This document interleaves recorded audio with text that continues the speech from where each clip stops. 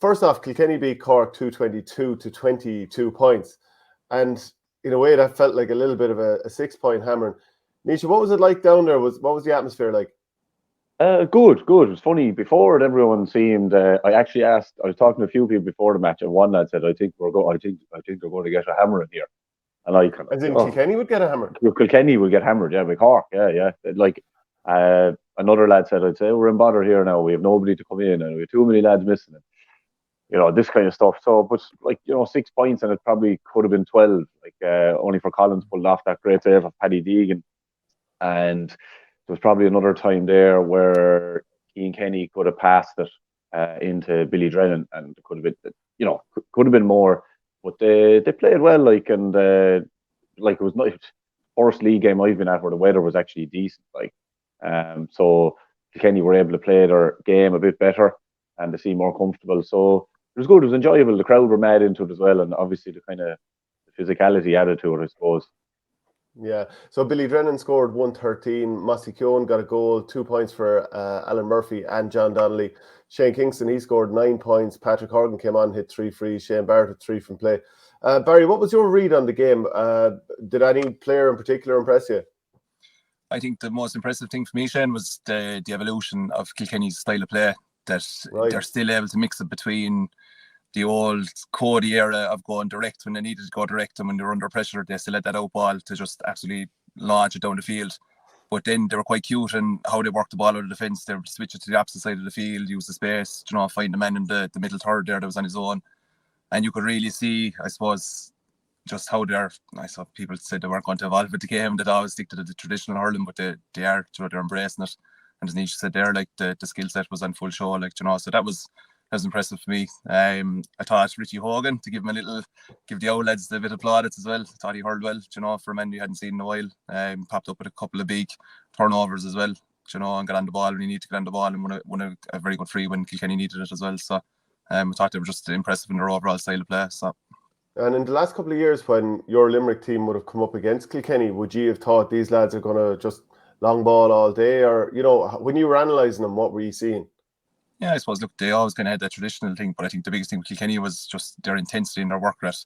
I think if you put, say, the Cork team there yesterday beside the Kilkenny team 1-15, you'd probably say on paper Cork had a better team and better probably standard of hurler. But those Kilkenny lads are just, they're dogged. They will work literally all day. They'll run up and down the fields. They'll hit you when you're not expecting it. And you think you finally got away from them, you're going to get clattered from somewhere else. So, I think that's just probably one thing that Cork weren't ready for yesterday, and just the ferocity that Kilkenny brought in the tackle, especially. Just the turnovers the cause. So. A comment in here from One Stop Auto. Any chance you can get John Myler back on this morning? So we had him the other day, and he's fairly convinced that Tipperary and Cork would be following Limerick out of Munster. But we'll come back to that in a while. Naoise, do you go along with what Barry's saying in terms of Kilkenny evolving a little bit this year under Derek Lyng? Oh, they definitely have. It's funny, so that's the fourth Kilkenny game I've seen now in person, and the first one was the Tip one in Nolan Park. And comparing yesterday to that Tipperary game, it's like chalk and cheese. The crowd are on their back, people shouting things like. One lad I even heard saying, "Bring back Cody," and drive it. Everything was drive it. Hey, Jesus, get rid of it. But they are now they're so measured. Even one really good example of it was in the first half. Mikey Butler was coming out with the ball, and instead of launching it from his own 45, he just passes John Donnelly. John Donnelly takes a couple of steps, puts it over the bar. Whereas maybe 5 years ago that would have been just caught and driven into the edge of the square, where it'd just be either right, it's less than 50-50. So the way they're kind of motoring through the gears and going through the lines, let's say, and passing and taking proper option and not launching sideline cuts is another thing. Nobody seems to do that anymore. It's always worked and passed, and somebody finds a pocket of space, and maybe even it's given back to the lad who took the sideline.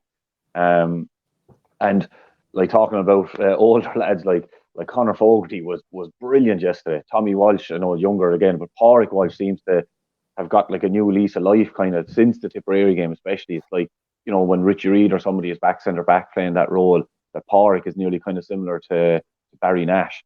He's so good on the ball and then so good using the ball. They're definitely developing, and it's great to see.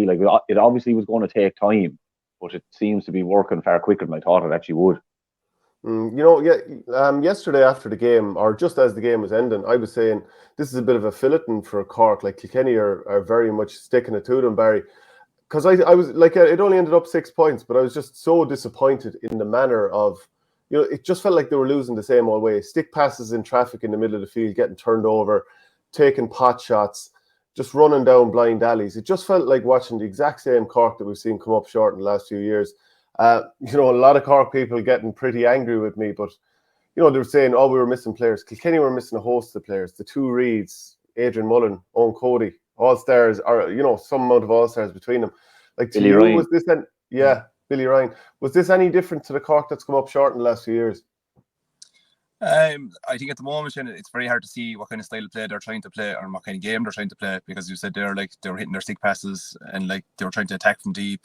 That broke down, as you said there, the resort to just either long ball or a pot shot, which isn't obviously like the Cork that you'd see. But I think Kilkenny probably condensed that middle third and back into their own half back line and brought the game back to field a little bit, and they were secure back there. So it forced Cork obviously into doing things like that which they're not comfortable with.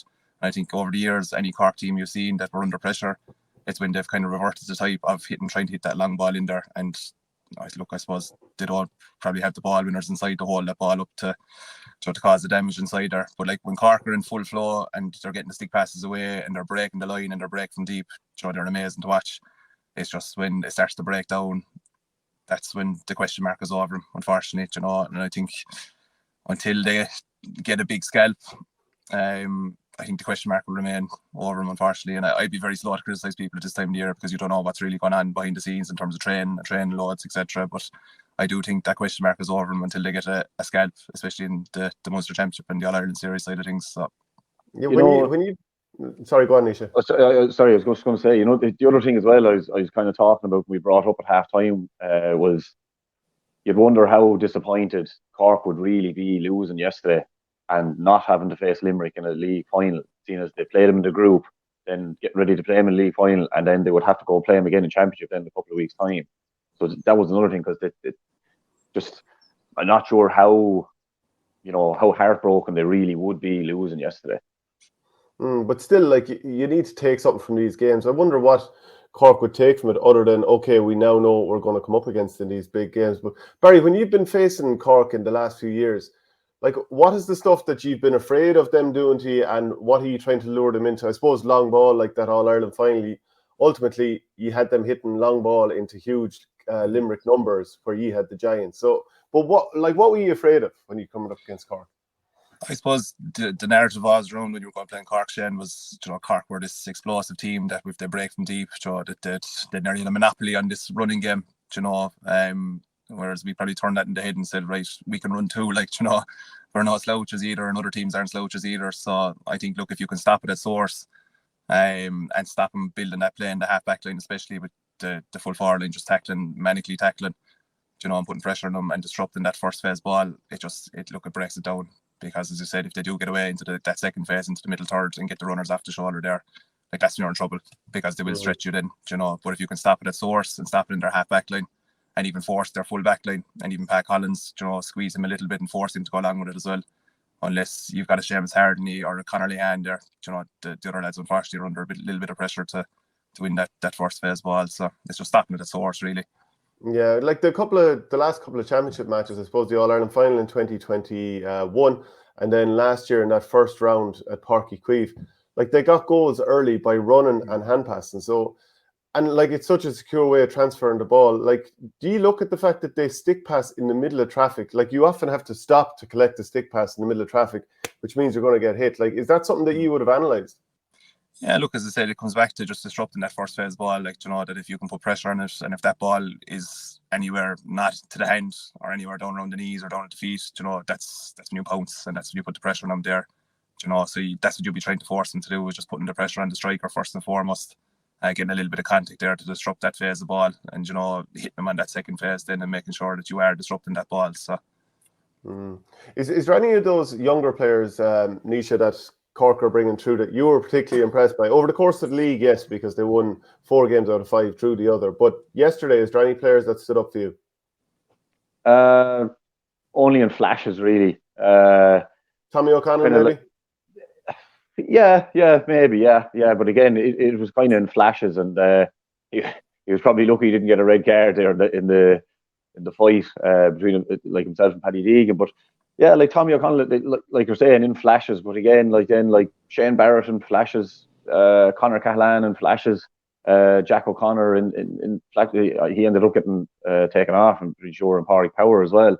Was having a good battle with Tommy Walsh. He got 2 points, but Tommy Walsh really came out on top in that one. So it was kind of in flashes. They never really, and like Barry was saying there, like, right, you kind of stopped them before they can build momentum because they're so fast, and that's what Kilkenny were able to do, because like they built a wall like across the kind of midfield there with like Richie Hogan, John Donnelly, Conor Fogarty, and then Alan Murphy, like, and they just crowded it out there.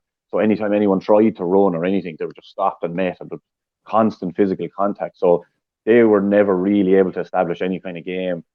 And like, you know, leaving one-on-one inside, they just, kind of like Barry was saying there again, like they have no real ball winner, whereas Kilkenny then on the flip, when they were one-on-one or leaving lads inside, you know, Mossy Keown and Billy Drennan especially were able to kind of hold the ball up. They were able to make it stick.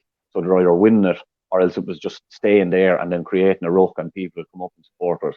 Cork just couldn't do that. So it was very hard. Like, I had to go through a list. They were like, oh, could you list out there the people that were up for man the match? And sure, it was all Kilkenny lads, I said.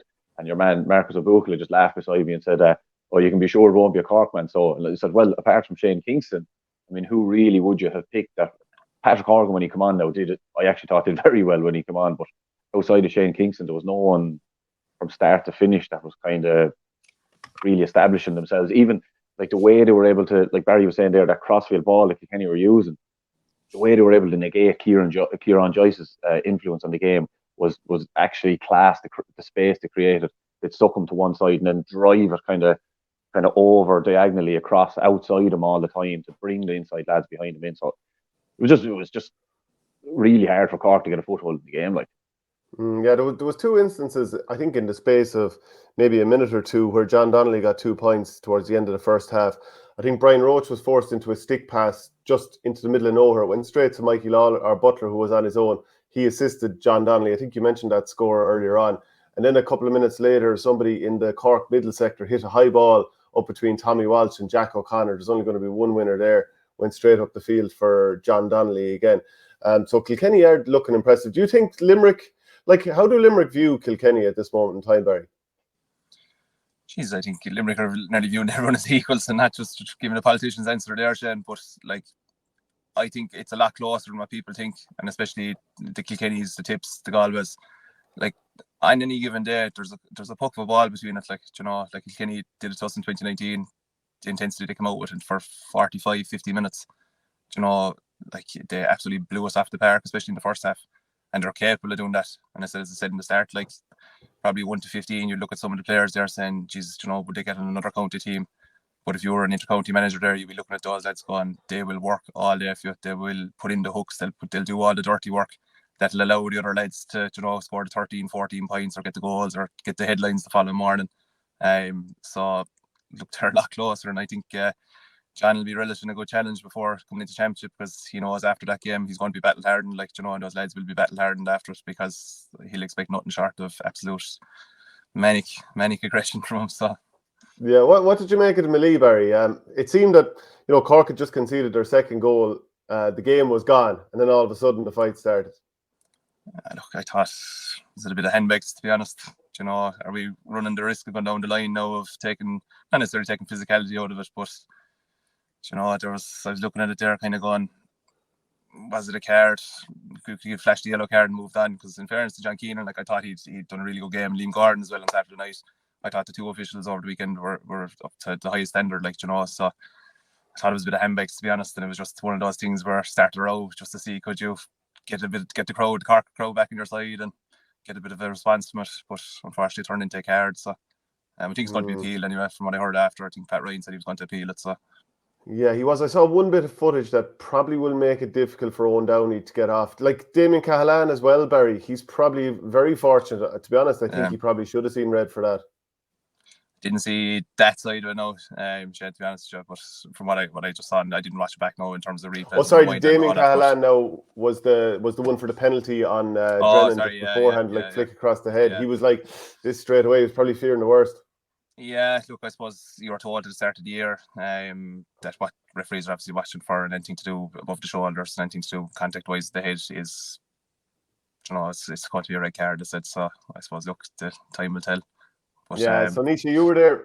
Naoise, you were there. Were you at the far side of it, or were you at the near side of Nolan? It was directly below me. Yeah, it was directly below me. We were in the nest, so it was below me. But even before that, in the first, 5 minutes, Conor Cahalane took the ear off Richie Hogan nearly as well, and you're kind of going, first I thought, Richie ducked and tried to get in under him, but when they actually showed the replay, he didn't at all. And then you're kind of going, because that could be a red card, just because of the rules. Obviously it was, he was trying to tackle him, whatever. But Damien Cahalane, I don't know how he didn't get a red card for that. Billy Drennan is trying to bat the ball in on this side, let's say, and Damien Cahalane hit him across the head on this side with the hurl.